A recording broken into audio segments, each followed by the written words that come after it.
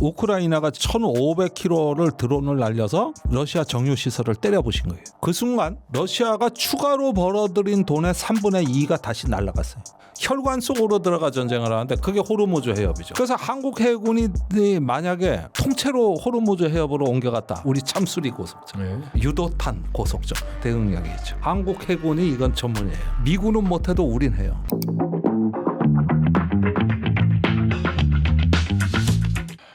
김 의원님, 네. 그 정말로 제가 그 존경스러운 게 아주 긴 시간 동안 뭐 진보 진영이시긴 하지만 객관적으로 이 안보를 분석을 하시는데 요즘 세계의 썩어도 준치라고 2위였던 러시아가 제가 전황을 분석해 보니까 요즘 밀리네요, 조금씩 우크라이나한테.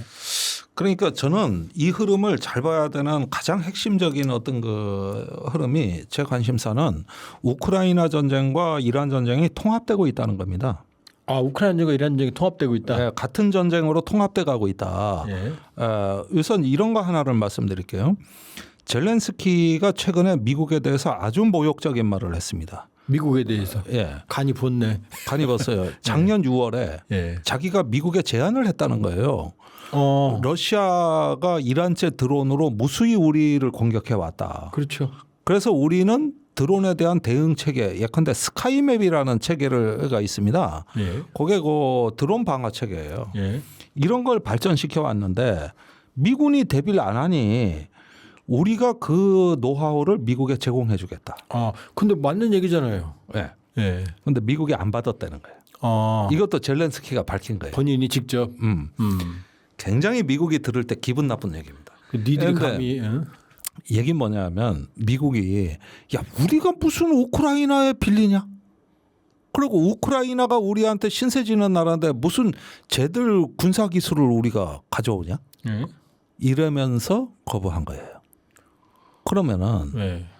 이 얘기를 지금 왜 꺼내느냐? 이란 전쟁이 일어나고 나서 미군의 드론 방어 체계가 아무것도 없다는 게 밝혀진 거예요. 드러났죠. 그래서 젤렌스키가 중동 국가들하고 정상회담을 하면서 우리의 드론 방어 체계를 걸프 국가에 빌려주겠다. MOU도 체결했어요. MOU를 체결. 예. 그 다음에 4월에 깜짝 놀랄 일이 생긴 거는 이란이 우크라이나에 드론 방어 체계를 빌리겠다. 이 발표가 나온 거예요. 예. 그래가지고 시스템, 스카이맥이라고 하는 시스템뿐만 아니라 예. 실제 드론 잡는 드론 그것도 빌려달라 그런 거예요. 이제 꼬리를 내렸네. 완전히 굴욕이죠. 예. 작년 6월에 준다 그럴 때 봤지. 그리고 제가 그 최근에 미국 군사 사이트를 들어가 보는데 예. 저 플로리다의 미군 기지에서 무슨 훈련이 벌어지는 걸 보니까 미 육군이 드론 방어 체계. 드론 방어, 공격 방어 전술 훈련을 하면서 교리 만들고 있더라고. 예. 그러면은 지난 4년간 우크라이나 전쟁이 일어나는 걸 봤잖아요. 예. 그걸 보고도 드론 방어 체계를 안 갖췄다는 얘기예요. 예. 그러다 막상 이란 전쟁에서 문제가 드러나니까 이제 우크라이나 신세지는 겁니다. 예. 그러면 우크라이나는요. 그 드론전을 갖다가 이제 새로 그게 1인칭 드론이라고 해가지고 그 개인이 조종한단 말이에요. FPV라고 그러죠. FPV, 퍼스트 퍼슨 네. 뷰라고 해가지고 1인칭 시점 전 드론인데 보면서 이렇게 때리는 거죠. 그렇죠. 예. 그랬는데 이 새로운 혁명적 전술, 완전히 변혁적인 전술을 제일 먼저 계승한 게 가자 지구의 하마스 전사들이 이스라엘을 기습할 때 이 전술을 쓴 거예요. 1인칭 드론을 써가지고 이스라엘 철책 너머에 그 기갑 전력을 공격한 겁니다. 그 다음에 이스라엘이 또 가자 지구를 공격할 때도 쓴 거예요. 또 왜? 그 다음에 레바논을 공습할 때도 쓴 거예요. 이스라엘 또. 네. 그러면 드론 전쟁이 전염병처럼 확산된 게 우크라이나에서 가자에서 레바논으로 간 겁니다. 이란도. 그렇죠. 그래서 이 살인의 기술의 가성비가 너무 뛰어나다는 거를 우리가 깨달아 버리면서 전쟁의 문턱이 낮아졌고 그 다음에 트럼프가 이란을 때렸을 때 이란이 이런 전술을 쓰리란 건 누구나 예상이 됐던 건데 대책이 없었어. 그건 이미 지난 6월에 실수했고. 그렇죠. 예. 그래서 두 개의 전쟁이 이렇게 그 군사 기술적으로 수렴돼 가는 거고 두 번째 또 수렴되는 영역이 뭐냐면은 전쟁이 일어나고 나서 트럼프가 러시아에 대한 석유 제재를 해제했어요. 그 순간 러시아의 석유 수출 대금이 4배, 5배 증가했습니다. 그래서 엄청난 돈을 벌으니까 이거를 내가 못 봐주겠다 해가지고 우크라이나가 젤렌스키가 1,500km를 드론을 날려서 러시아 정유 시설을 때려부신 거예요. 그 순간 러시아가 추가로 벌어들인 돈의 3분의 2가 다시 날아갔어요. 러시아는 괴멸적인 정유시설, 산업시설, 석유시설에 타격을 받은 상황인가 보죠. 그러면 보십시오. 네. 이란 전쟁의 중요한 행위자가 우크라이나야. 그러네요. 네. 그걸로 러시아 돈 못 벌게 뛰어든 거니까. 네. 그러니까 두 개의 전쟁이 서로를 비추는 거울이 됐다. 우크라이나 전쟁이 이란 전쟁과 서로를 비추는 거울처럼 되면서 전쟁의 초연결이네요. 초연결. 그래서 젤렌스키는 우크라이나에서 전쟁도 하지만 중동에서도 하고 있다. 양쪽에서 하는 거죠. 네. 이게 섞여버리죠. 네. 두 개의 전쟁이 섞여서 하나의 양상으로 서로 상호작용을 하는 전쟁으로 통합돼 가고 있는 거죠. 그래서 흑해에서의 전투는 지중해에서 전투고 지중해에서 전투는 페르시아만에서의 전투라는 거죠. 근데 그게 우리한테도 영향을 미치잖아요. 직접적으로. 우리는 간접 영향이죠. 우리는 네. 전투의 당사자가 아니라 네. 이렇게 두 개의 전투가 작전적으로 수렴되지만은 그 외에 전 세계는 말하자면은 그 간접적인 영향을 받아가지고 경제적 타격을 입는 방향으로 가는 것이죠. 그렇게 보면은 트럼프는 칼 들고 설치면서 외과 수술 종양을 도려내겠다고 설치지만 이란은 암세포 같이 숨어버려 가지고 그 수술 해봤자 암은 또 재발되는 거예요. 계속 퍼뜨리겠다. 네. 혈관 속으로 들어가 전쟁을 하는데 그게 호르무즈 해협이죠. 그 모세 혈관에서 모기 함대를 운영하는 거예요. 그게 정말로 가성비 높은 모기함대 드론 이런 것들이잖아요. 그렇습니다. 네. 그게 이제 우리 한국 해군을 맡기면 저런 거 맡기면은 한국 해군은 해냅니다. 북한의 경비정이나 그런 복잡한 해안을 그냥 누비고 다녀왔으니 모기들하고 싸워왔으니까 우리는. 모기들하고 우린 싸워왔으니 네. 그래서 한국 해군이 만약에 통째로 호르무즈 해협으로 옮겨갔다. 그러면 서해 NLL 200km예요. 그리고 해안선이 복잡해 도서 지역이. 네. 호르무즈 해협 160km입니다. 그 길이가. 간단하죠. 한국 해군이 이건 전문이에요. 미군은 못해도 우린 해요.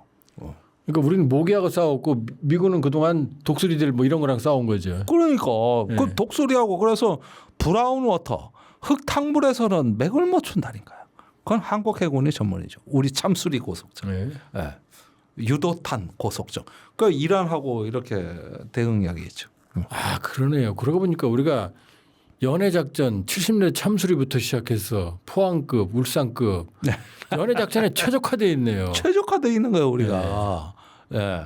그러니까 한국 해군도 뭐 대양 해군이다 뭐다 말이 많지만 연안에서부터 기본을 갖추는 게 그게 급선무라는 게 여기서 또 여실히 증명이 되는 거예요. 그럼 우크라이나는 사실은 군수산업 강국이잖아요. 소련의 군수산업이 3분의 1이나 있었고. 네. 그럼 저는 한국도 드론 강국이 될 수 있는 거죠. 근데 이 점에서 우리가 네. 미군의 뒤를 쫓느라고 대형 거대한 무기 플랫폼 말하자면은 레거시 플랫폼에 한국군도 이렇게 크게 저기 끌려간다는 게 저로서는 굉장히 문제라고 생각을 합니다. 우리가 미군의 실수를 되풀이하는 거 아니냐. 그것보다는 유무인 복합 체계. 멈티. 예.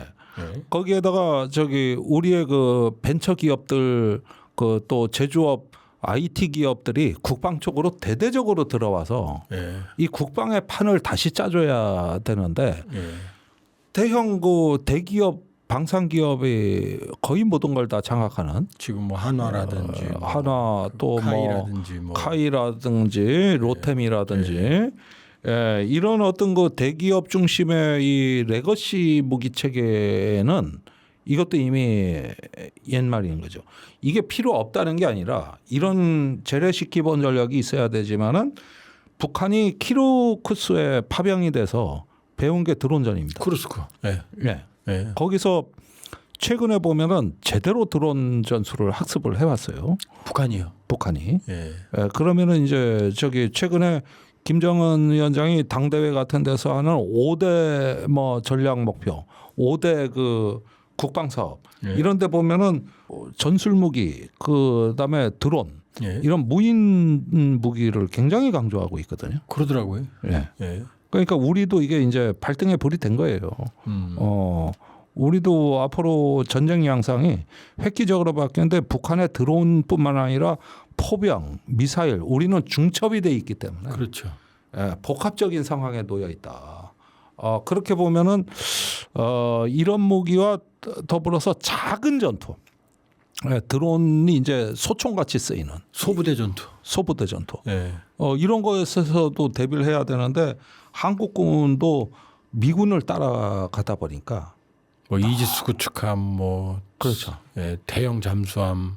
레거시 플랫폼에 돈을 거의 다 쓰고 있거든요. 레거시 플랫폼의 한계를 보이는 게 러시아 아닌가 싶네요. 예. 그런데 이제 러시아는 이 드론과 인공지능이 킬존을 형성해서 예. 드론 전쟁이 있지만은 지상에서는 1차 대전식 참호전을 또 하고 있습니다. 거기에서는 여전히 포병전이 중요하고 포탄의 보급이 그 전쟁을 좌우하는, 그래서 1차 대전부터 현대전까지를 다 하고 있는 거거든요. 그 얘기도 있더라고요. 변하지 않은 게 바로 그거다. 예. 포병 전력. 네. 포병이 역시 핵심이죠. 예. 그런데 드론이 여기서 드론과 미사일이 전쟁을 하는데도 여전히 지상전이 중요한데, 그거는 뭐냐면 드론이 새로운 전쟁 양상을 보여준 건 맞지만 타격력, 화력은 여전히 지상 전력이 세거든요. 게임 체인저는 아닌 거죠. 그렇죠. 그러니까 킬존을 형성했다, 이렇게 해서 기동을 막아냈다 해가지고 이제는 우크라이나 전쟁에선 전차가 없어요. 다 붙어진 거죠. 장갑차도 없어요. 예, 다 붙어진 거죠. 없어. 예. 킬존에 못 들어와. 그 대신 포병전 미사일은 하거든. 근데 킬존을 제거하고 나서는 전자장갑차가 또 효과적이잖아요. 그렇죠. 그런데 이제 이게 드론이 전차를, 장갑차를 때려 부수니까 감이 그렇게 못 오는데 또 걸어서는 와요. 그러니까 그 넓은 평야를 어떻게 가요? 와. 예. 심지어 저 북한군이 드론을 피해 가지고 1.8km를 위장막을 하고 기어서 왔다는 거 아닙니까? 그러니까 희생이 크잖아요. 네. 어마어마하게. 어마어마하죠. 네. 그래서 이런 것들을 보면은 이 전쟁이 굉장히 어떤 현대 전쟁이라는 게 양상이 다르고 한국에서는 또 다를 겁니다. 여기서는 또 이런 데서 다른 모습을 보여주고 있기 때문에 여기는 이제 군사 밀집도가 더 높죠. 여기는 엄청나죠. 엄청나게 높죠. 우크라이나 새로운 전선이 1200km거든요. 네. 우리 248km잖아요. 아유, 그러니까 엄청 좁죠. 참 이번에 러시아 열병식 보니까 장비가 하나도 없더라고요. 다 소모된 거죠. 아니 그건 이제 전시기 때문에 예. 전시에 맞는 열병식을 한 거고, 모스크바에도 정체불명의 드론이 출몰한 적이 있습니다, 실제로. 지금도 합니다. 예. 예. 그러니까 아무래도 이제 그 열병식에서 장비 투입은 전시 상황에 맞게 바꾼 거고, 단지 특이한 게 북한군이 열병식에 참여했다. 아 그렇죠. 이거는 많이 다르죠. 예전하고는 특이하죠. 우리 김 의원님이 아주 재밌는 말씀해 주셨어요. 아랍에미리트하고 대한민국이 이명박 정부 때 사실 우리가 왜 아크 부대가 특전사가 가 있고 그렇죠. 왜 아랍에미리트 천무도 사고, 근데 보니까 비밀 협약이 있었다. 유사시 한국군이 아랍에미리트를 자동 개입해서 네. 보호해 준다는 협약이 있었다고 그랬어요. 자, 어찌됐건 그래서 그런지 모르지만 천궁2라고 하는 우리의 지도공 미사일, 네. 이게 정말 근데 96% 요격했다는 거 그거 맞아요? 근데 이 부분은 예. 사실은 이런 어떤 그 전쟁 중에 난무하는 수치들은 너무 믿으시면 안 되는데요. 예. 이런 것들은 후에 어떤 전훈 평가라고 그 이후에 데이터를 봐야 알 수가 정밀하게. 그렇죠. 예. 알 수가 있고요. 그런데 이제 천궁이 그 고도 15km까지 올라가는 요격 미사일이거든요. 그렇게 보면은 어떤 그 극초음속 탄도미사일에 하강하는 걸 찾기는 사실은 어렵습니다. 그런데 너무 이제 지상하고 가까운 거예요.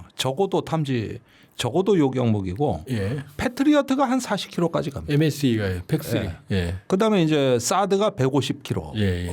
정도 가죠. 이렇게 가는데 이제 최후의 하층 종말 방어 무기이기 때문에 요거는 제한이 됩니다. 그런데 드론에는 의외로 효과적인 거예요. 드론이 고속으로 날아올 때는 우리 천공이 이제 지상 마지막 방어선으로서 화망을 형성해 가지고 그 요격하는데 일정 정도 효과가 있고 또 미사일도 어느 정도 요격이 가능하다. 그렇게 되니까 일단 UAE가 당장 사용할 수 있는 딱히 다른 무기가 없습니다. 아시다시피 패트리어트 사드는 고갈돼 있고요. 그렇죠. 그다음에 아이언돔은 이스라엘에서 가져와야 되는데 민감하잖아요. 그렇죠. 그런데 한국 천공은 이전부터 수입을 해서 이미 사용 중이고 우리가 교육 훈련을 다 시켜준 무기이기 때문에 이것은 즉각 실전에서 투입이 가능한 방어 무기로서는 사실은 굉장히 효용 가치가 높은. 근데 간접적으로 우리가 알 수 있는 게 아랍에미리트가 C-17 글로브 마스터 수송기를 보내서 탄약을 천공투 탄약 긴급히 수송해 갔잖아요. 네. 그거는 실전에 어쨌든 만족할 만한 성과가 있다는 거죠. 그럼요. 예, 지금 그 아랍에미레이트의 주요 그 방어 거점은 이 천공이 어느 정도 종말 방어를 해줘야만 되는 긴급한 상황이라고 할 수가 있고 또 이렇게 긴급히 조달 가능한 무기가 없어요. 우리가 제일 신속하게 저기 뭐 배달하면은 전화 끊으면 도착하는 게 한국이죠. 한국 빠르잖아. 네. 네. 한국 택배 탁탁 해주니까 이런 것들 굉장히 이제 효율적이고 앞으로 지해공 다 한국에 의존할 가능성이 높습니다. 지해공을 다. 아랍에미레이트도 어느 정도 이제 그 지상무기 그다음에 특히 해상 방어 이런 것들 또 소해함 이런 것들 굉장히 기묘하게 필요해졌는데 한국이 또 소해 능력이 탁월하대요. 우리 기뢰 제거 능력이 상당히 좋습니다. 일본만은 못하지만은 상당히 좋고 이게 뭐냐면은 기뢰 제거함이라는 게 나무나 유리 재질의 선체가 있는 자성이 없어야 되는 거죠. 그렇죠. 자성이 많이 줄인 뭐 탄소 복합제라든가 나무로라든가 또 나무 재질이라든가 이런 것들로 특수하게 그 코팅이 된 그런 함정들이에요. 그러면서도 이제 길에 대해서는 그 수중에서 수색이 가능하고 또는 어떤 항공기에서도 소해 헬기가 있어요. 그 이렇게 소나를 떨어뜨려 가지고 소나 같이 탐지 장비를 떨어뜨려 가지고 이렇게 그 저 기뢰를 찾는 거거든요. 이런 장비들 같은 경우 한국이 어느 정도 공급 능력이 됩니다. 그리고 또 소해 헬기를 탑재할 수 있는 그 플랫폼으로서의 함정도 있어요. 이런 것들이죠. 그런데 우리가 연안 작전에 많이 그 숙달돼 있기 때문에 특화된. 그래서 어느 정도 능력이 된다고 보여지고요. 그다음에 드론 방어도 우리가 북한에게 몇 번 뚫리면서 그 육군 교육사령부에서 문재인 정부 시절부터 그 교리를 만들어 왔습니다. 그때부터 뚫리기 시작했으니까. 그래서 지금 우리 육군의 그 국지방공 레이더 이게 드론 탐지 레이더거든요. 국지방공 레이더하고 전자전 그다음에 드론 잡는 드론 이런 부분들로 이제 교리 발전을 시켜오고 그다음에 타격 무기로 30mm 비호 복합 무기가 있습니다. 기관포. 비호하고 이제 신궁 미사일 이렇게 신궁 이런 것들 그런 것들을 해가지고 저기 드론이 접근할 때 수천 발을 발사해서 막아내는 이런 것들 이런 어떤 그 무기 체계들 같은 경우 가성비가 높죠.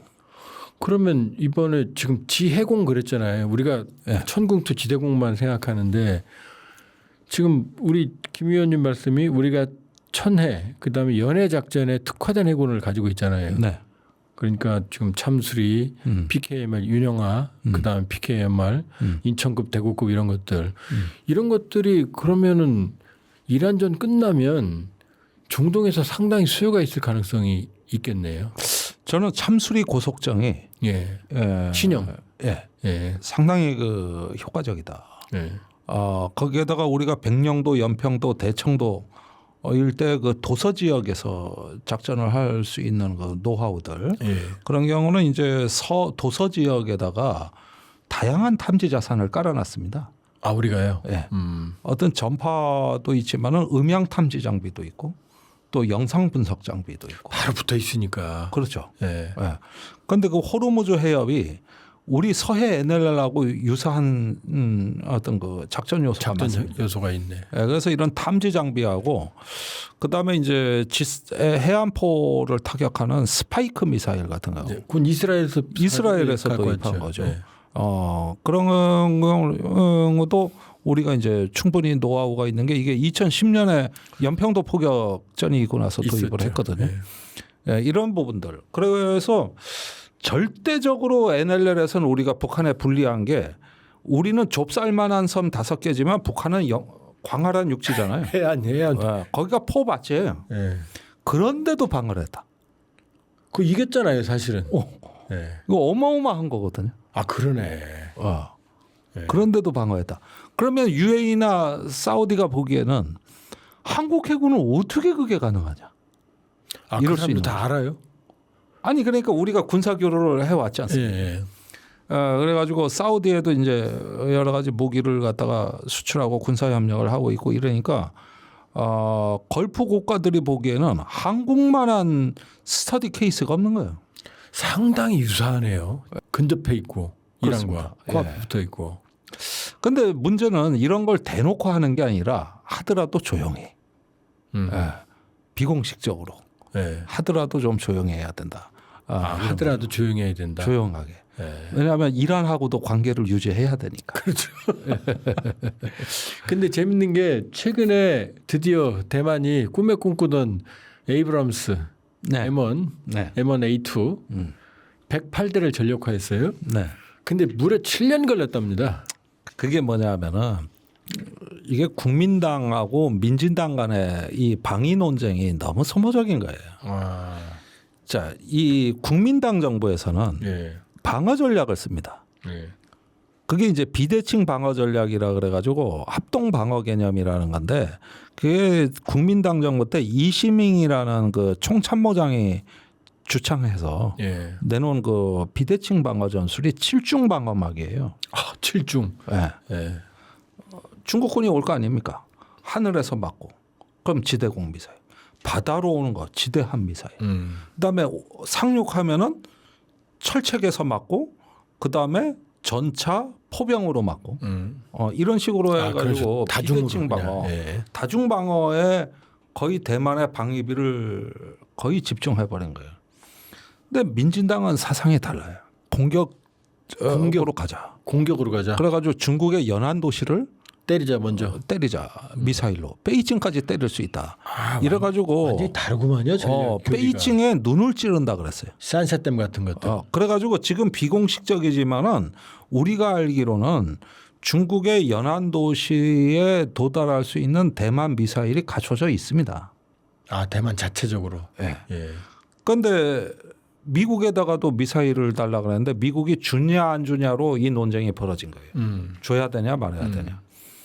그런데 비대칭 방어에 충실하지 왜 미사일을 갖느냐. 왜 공격하려고 그러니 니네들. 그런데 민진당은 공격이 최선의 방어다. 대만 관계법에서도 방어를 지원하지 공격을 지원하게 안 돼 있잖아요, 미국이. 예. 예. 그런데 대만이 자체적으로 그 능력을 갖는 건데 대만은 갖고 있다 그래요.